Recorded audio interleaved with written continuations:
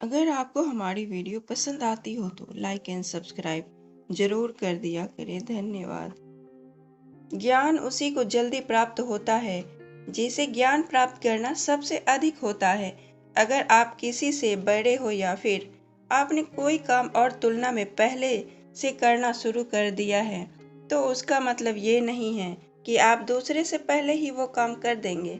काम तो कम समय में उसी से पहले खत्म होगा जिसे पूरा करने की उसकी प्यास सबसे ज्यादा होगी। ये कहानी ज्ञान पिपासु भी उसी के बारे में है। एक गुरु के दो शिष्य थे। एक पढ़ाई में बहुत तेज और विद्वान थे और दूसरे विपरीत थे।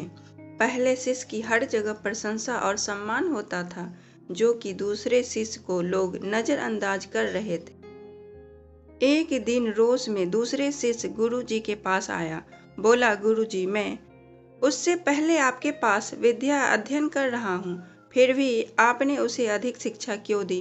गुरुजी ने देर रात मौन रहने के बाद बोले, तुम पहले एक कहानी सुनो।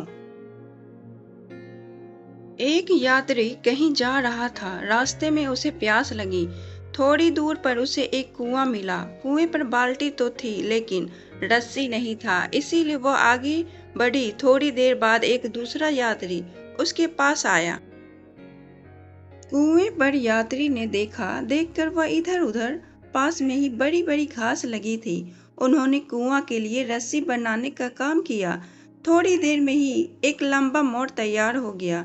सहायता से उसने पानी निकाली और अपनी प्यास बुझा ली। गुरुजी ने उस शिष्य से पूछा, अब तुम मुझे यह बताओ कि उस दोनों यात्रियों में प्यास किसको अधिक लगी थी?